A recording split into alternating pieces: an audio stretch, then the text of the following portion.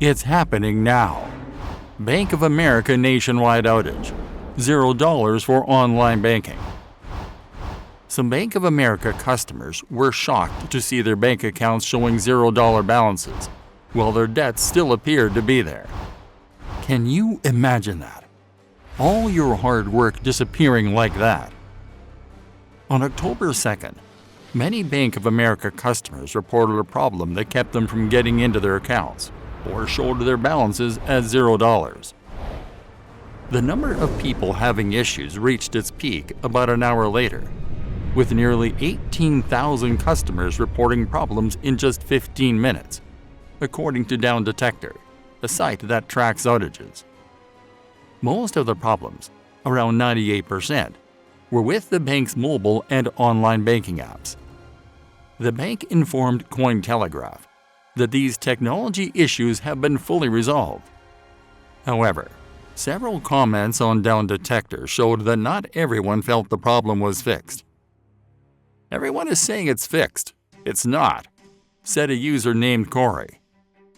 "Still not fixed, but out at least 8 hours," another user, Buff Barnaby, complained. Meanwhile, many Bank of America customers were upset with the bank about this glitch, pointing out that while their accounts showed $0, their debts were still there. "My money is gone, but my debt is still here. Bank of America is terrible," said ex-user Anchorbaby. This was one of the latest comments on Bank of America's page on Down Detector. The problems weren't just happening with Bank of America's mobile app, according to another ex-user, Kiram. Even though this situation was just a glitch, it makes Christians think about the future prophecies found in the book of Daniel and the book of Revelation. Most Bank of America customers were feeling anxious and angry about the issues, but some kept a sense of humor during the troubles. Did you know that there was once a time when this particular issue was not technologically possible? This was a time when most things were cash-based, before apps, before digitization, during the time of John the Apostle. Now things have greatly changed. Now research reveals that 46% of Americans don't worry about carrying cash. That's almost half the population. As of October 2018, 29% of Americans never make purchases with cash, and another 52% occasionally use paper money. This means that 86% of Americans primarily use electronic payment methods for their shopping. The technology that enables the prophecies of Revelation is now available. What does this trend toward an electronic and cashless society have to do with biblical prophecy and the end times? The scriptures predict that the Antichrist will bring the world together under a single government and economy. It is foretold that everyone will need to have a mark in order to engage in any kind of buying or selling. This mark could be a physical brand, or it could be linked to the technological advancements of today. These advancements could potentially enable a single entity to control global banking and commerce, paving the way for the fulfillment of prophecies related to the Antichrist and false prophet.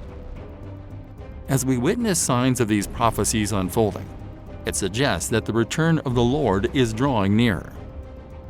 Connecting financial technology to the mark of the beast might sound like a big jump, but we need to understand that prophecies were written by people who saw things from their own time and perspective. When the Apostle John spoke about a mark, he was thinking about how slaves or criminals were branded back then. This meant they had a real and lasting mark on their hand or forehead. But we can't be sure that the mark of the beast will look just like what John imagined.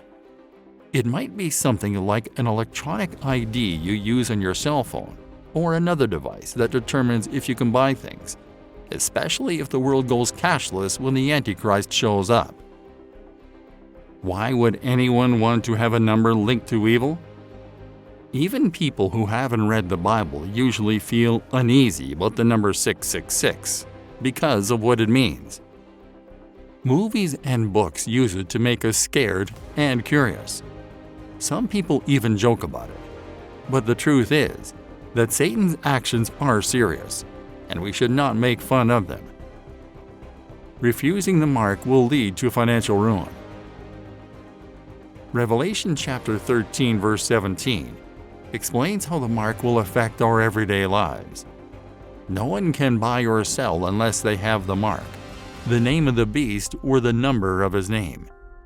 This means that without this mark, people won't be able to trade or get the things they need. Revelation chapter 13 verse 17. And then no one will be able to buy or sell except the one who has the mark, either the name of the beast or the number of his name.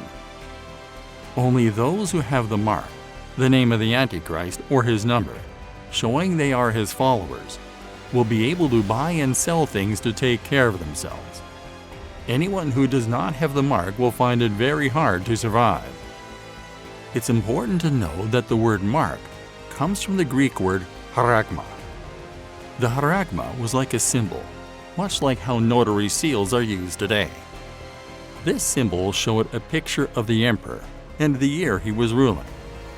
It was needed to complete business deals and was stamped in wax on official papers to prove they were real. The mark of the beast will work in a similar way, showing that those who have it are worshippers of the beast and allowing them to make financial transactions. The worship of the Antichrist. When the government and religion join together, it will make life really hard for anyone who goes against them. People who don't accept the mark will be completely shut out. They won't be able to sell anything or buy anything. Without jobs or the ability to shop in stores or online, they will lose everything and may not even have enough food to eat.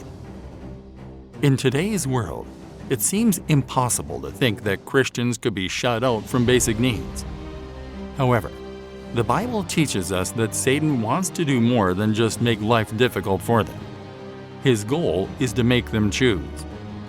Will they keep standing strong for Christ and refuse the mark, even when things get tough? Or will they give in to Satan's demands and accept the mark, just to make their lives easier?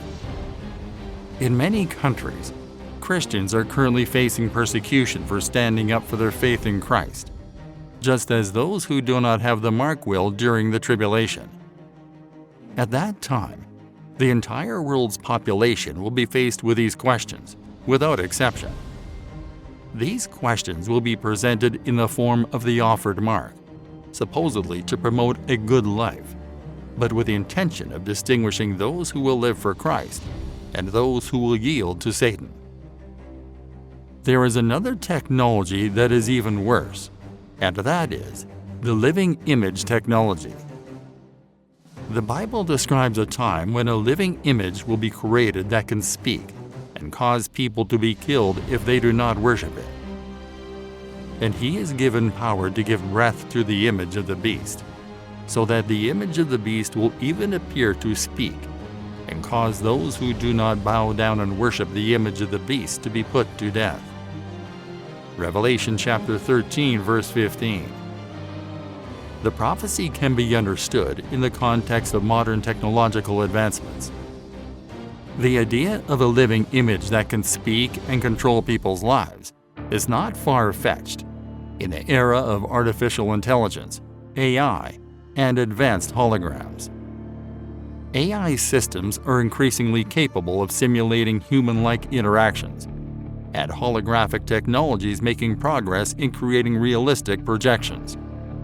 These advancements could potentially be manipulated to fulfill such a prophecy, where AI or holographic representations could be used to enforce compliance and allegiance, resembling the biblical description. In Revelation chapter 13, a sequence of events is described leading up to the mandated use of the mark of the beast. These events unfold in the following order. The rise of the Antichrist, verse 1. Then the healing of the Antichrist from a deadly wound, verse 3. Then open worship of the dragon, Satan, and the Antichrist by people. then the construction of an image of the beast by the false prophet, causing it to speak. The image of the beast commanding the death of those who refuse to worship it. Verse 15. Following the above events, the false prophet instructs everyone to receive the mark of the beast. We aren't there yet. People ask, are we in the end times?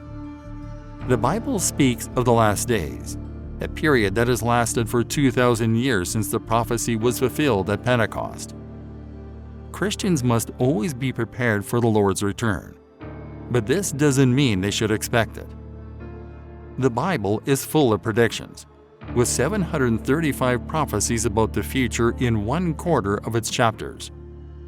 It is a prophetic text from start to finish, although some books focus more on predictions than others.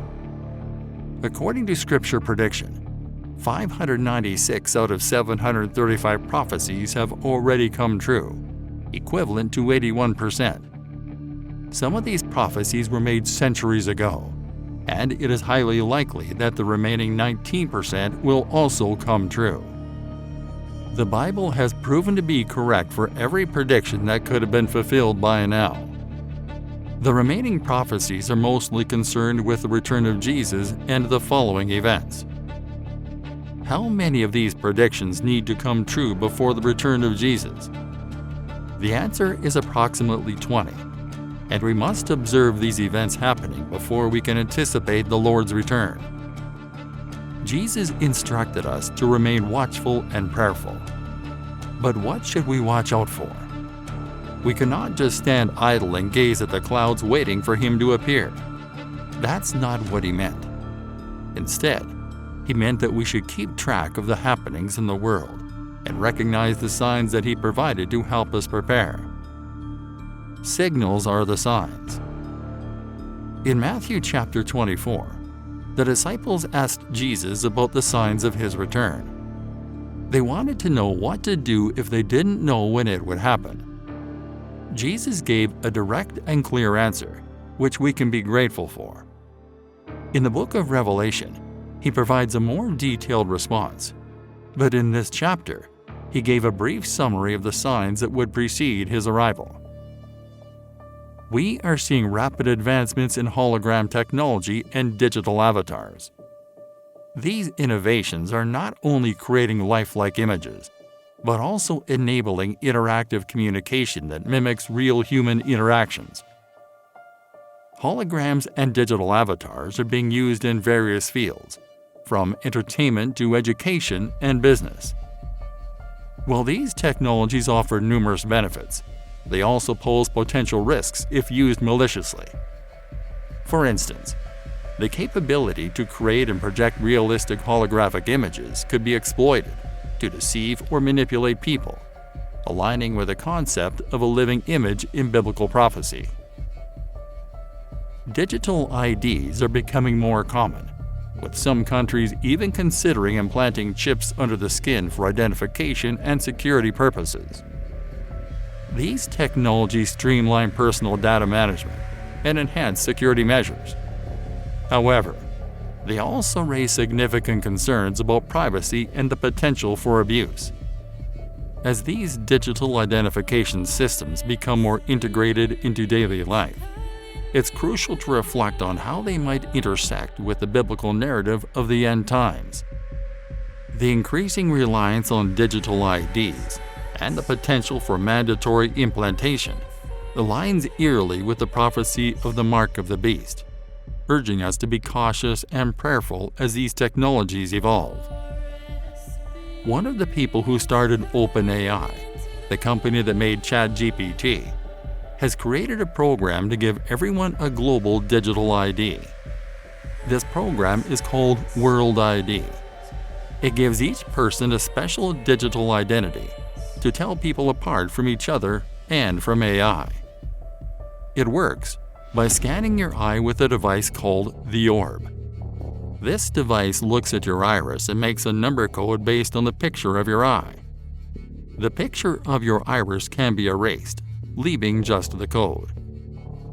To get a World ID, you need to have your iris scanned, But this scan doesn't link to any personal info. It's made so you can only have one account. Once your eyes are scanned, they can't be used to make another ID. You get to decide if the picture of your iris is erased or kept for research. World ID is linked to WorldCoin, a type of digital money. If you sign up for a World ID, you get one WorldCoin token, which is based on Ethereum. You can create an account and trade in WorldCoin without scanning your eyes, but you won't get a free token or a World ID. World ID aims to make the global digital economy fairer for everyone. How they plan to do this isn't clear, except that no one can have more than one World ID. Should Christians avoid World ID and WorldCoin to delay the development of the Mark of the Beast? The Bible says that only God the Father knows when Jesus will return. Acts chapter 1 verses 6 through 7. We can't know, delay, or speed up Jesus' coming. Christians don't need to avoid World ID or WorldCoin for spiritual reasons. It's not a sin to use, develop, or promote technology that may one day be used by the Antichrist. Should Christians use World ID and WorldCoin? This is up to individual judgment. Despite developers' good intentions, digital information can always be hacked. As of now, the eye scans used to train the system haven't been deleted, and the ways they got them were not entirely ethical. The Bible doesn't specifically mention a global ID or digital money. Preparing for the end times. As we approach the end times, it becomes even more important to stay focused on our faith and relationship with God. The prevalence of distractions today, especially with the influx of technology and media, can easily divert our attention from spiritual matters. Distractions are everywhere, but we must strive to keep our eyes on Jesus. This involves not only personal discipline, but also making conscious choices about how we spend our time and what we allow to influence us. Therefore, since we also have such a great cloud of witnesses surrounding us, let's rid ourselves of every obstacle and the sin which so easily entangles us, and let's run with endurance the race that is set before us, looking only at Jesus, the originator and perfecter of the faith, who for the joy set before him endured the cross, despising the shame, and has sat down at the right hand of the throne of God. Hebrews chapter 12 verses 1 through 2. By shedding the distractions and sins that hinder our spiritual progress, we can run our race with endurance and keep our focus firmly on Jesus, who strengthens and perfects our faith. Persevering in faith. Persevering in our faith means staying strong even when times are tough. In the face of trials and tribulations, our steadfastness in faith is crucial. This perseverance builds character and deepens our reliance on God. We will face challenges and trials, but we must remember that God is with us and will help us through. Our faith is tested, not to weaken us, but to prove its genuineness and strengthen our dependence on God. Blessed, happy, spiritually prosperous, favored by God, is the man who is steadfast under trial and perseveres when tempted. For when he has passed the test and been approved, he will receive the victor's crown of life which the Lord has promised to those who love him. James chapter 1 verse 12. This promise encourages us to remain faithful under pressure, knowing that enduring trials with a steadfast heart leads to spiritual blessings and eternal rewards. As technology continues to develop, it's important for us to understand how these advancements might relate to biblical prophecies. Being aware of technological and societal changes in the context of biblical prophecy helps us maintain a balanced perspective and encourages a prayerful, alert stance. Is it possible for a person to be saved, forgiven after taking the mark of the beast. The mark of the beast is a symbol that will be put on a person's forehead or right hand during the end times. This mark shows that a person is loyal to the Antichrist. Also, people will not be able to buy or sell anything without this mark. Revelation chapter 13, verse 17. It seems that worshiping the Antichrist is connected to getting the mark, and anyone who refuses to worship the image of the beast will be put to death. Revelation chapter 13, verse 15. And it was given to him to give breath to the image of the beast, so that the image of the beast would even speak, and cause all who do not worship the image of the beast to be killed. The question arises as to whether a person who has received the mark of the beast can be forgiven. The answer to this question seems to be no. Revelation chapter 14, verses 10 through 11, describing the fate of someone who takes the mark of the beast, declares, "He also will drink the wine of God's wrath, poured full strength into the cup of his anger, and he will be tormented with fire and sulfur in the presence of the holy angels and in the presence of the Lamb. And the smoke of their torment goes up forever and ever, and they have no rest, day or night, these worshippers of the beast and its image, and whoever receives the mark of its name." The eternal destiny of those who take the mark of the beast is the lake of fire. Why is taking the mark of the beast a damnable sin against God? Why would God condemn a person to hell for taking the mark of the beast? It would appear that taking the mark of the beast will be a blasphemous act of willful defiance against God. Receiving the mark of the beast is essentially worshiping Satan.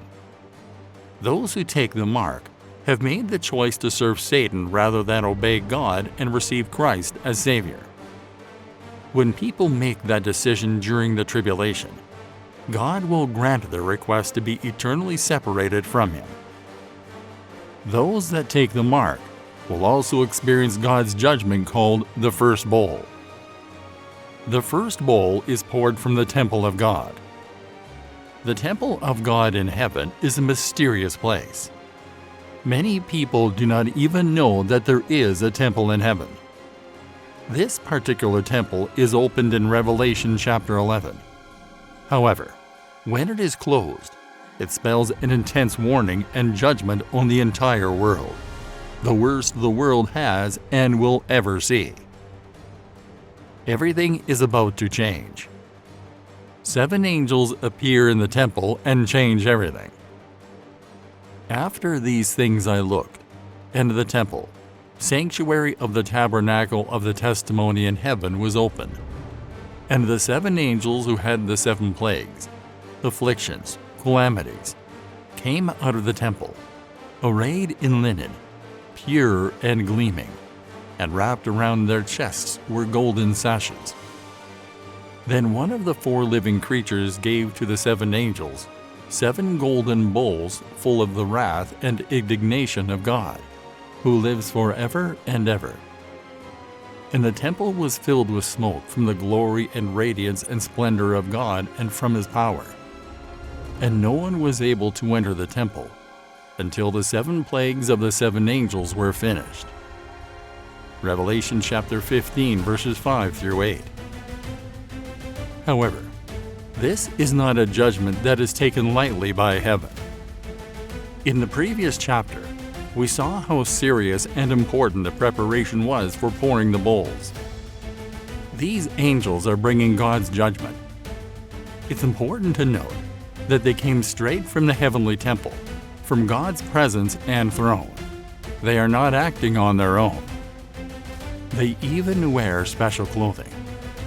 They wear pure, bright linen, their chests girded with golden bands. This clothing reminds us that although judgments are terrible, they come from a righteous source. It is easy to think that unpleasant judgments only come from evil sources.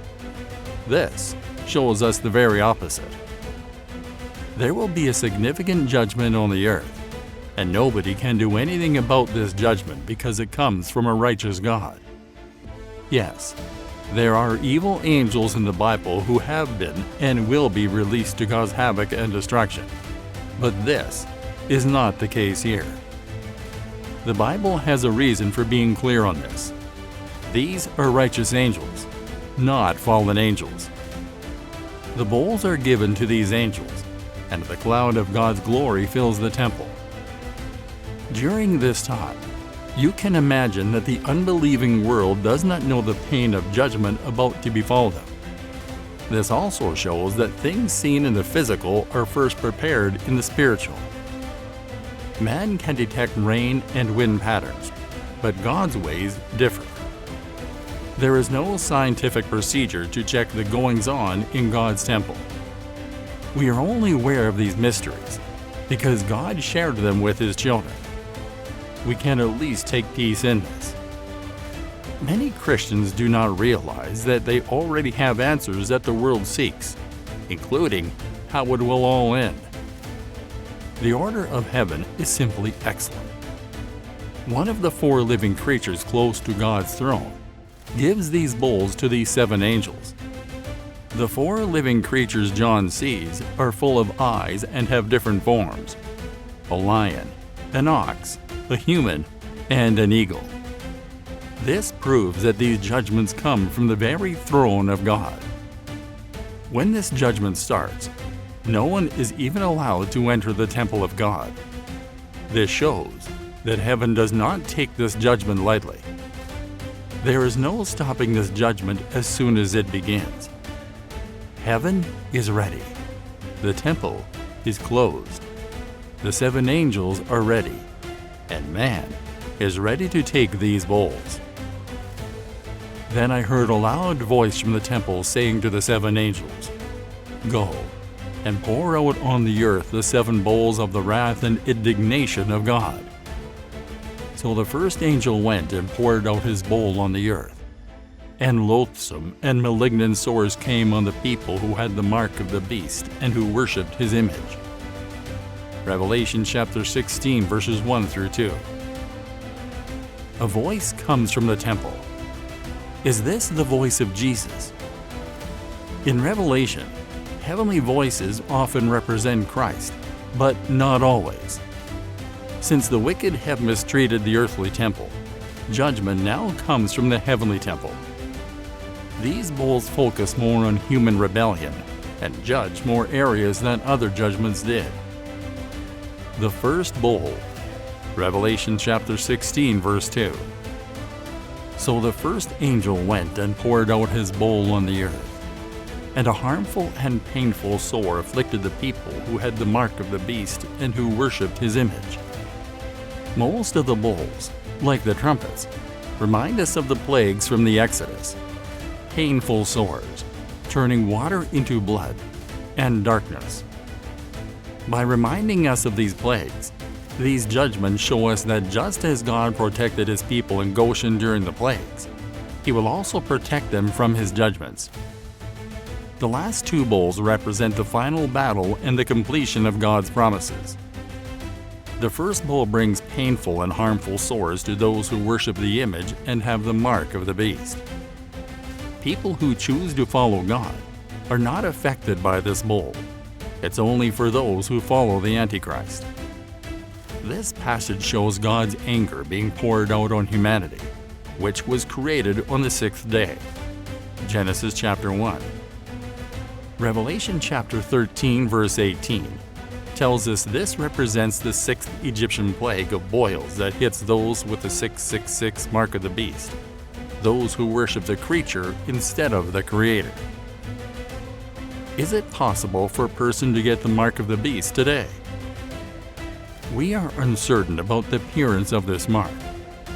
Some believed it could be a stamp or a tattoo of the number 666 in the past.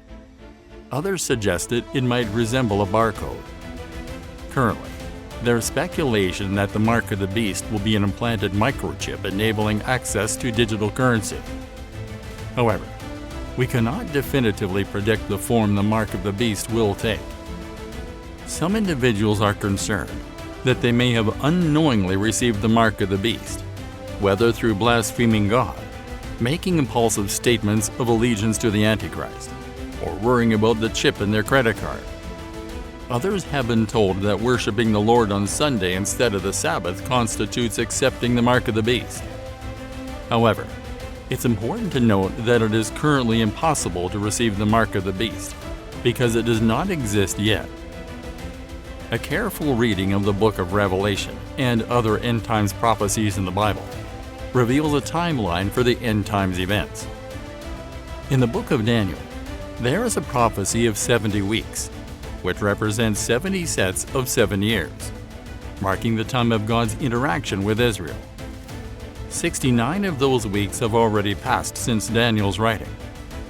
The final week will be the period known as the Tribulation, during which the Antichrist, also known as the Beast, will rise to power. This ruler will unite 10 nations. Daniel chapter 7 verses 24 through 25, Revelation chapter 17 verse 7, and make a deceptive treaty with Israel.